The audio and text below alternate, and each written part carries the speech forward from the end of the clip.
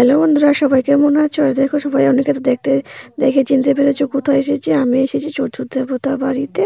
দাদা ভাই একটা অটো কিনেছি, অটোটা যাত্রা করার জন্য।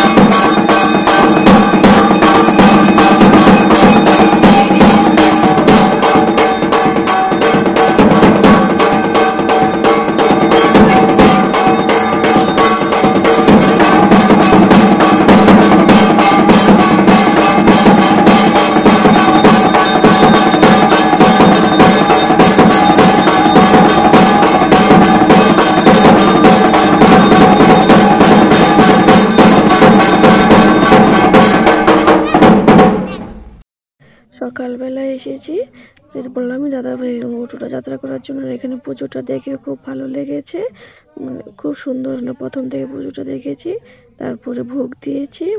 ভোগ দেওয়ার পরে তারপরে আবার বুড়ো মার এখানেও দর্শন করেছি। খুব ভালো লেগেছে, মানে মন প্রাণটা জুড়ে গেছে। খুব ভালো লেগেছে পুজোটা দেখে। আর পুজোটা তো মেয়েটার শরীরটা ভালো নেই, ওর নামে পুজোটা দিয়েছে। তারপরে মোমবাতিগুলো জ্বালিয়েছি, খুব মানে মোমবাতিগুলিও সুন্দর করে জ্বেলেছে। প্রথমে একটু অসুবিধা হয়েছিল, বাতাসও ছিল, ঠান্ডাও ছিল, রৌদ্রও ছিল, বাতাসও ছিল। হাতে ঠাকুর মশাই এখানে অটো যাত্রা করে চলে যাচ্ছে। আমার আসতে একটু দেরি হয়ে গেছে, ওখানে গিয়েছিলাম মোমবাতিতে। তখন ভোট দিয়ে এসে তারপরে আবার মোমবাতি ধূপকে দেখিয়ে সেটা আবার মন্দিরে নিয়ে জ্বালিয়ে রেখেছে।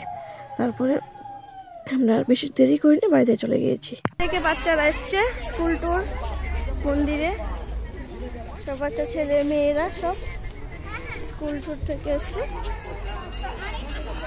দাদা ভাইয়ের গাড়ি যাত্রার জন্য দেবতা বাড়িতে এসেছি। এসে আমরা ঠাকুরের পুজো দেখেছি, ভোগ দিয়েছি। আর দু সপ্তাহ শরীরটা ভালো নেই, তাই ঠাকুরের কাছে একটু ভোগ দিয়েছি শরীরটা ভালোর জন্য।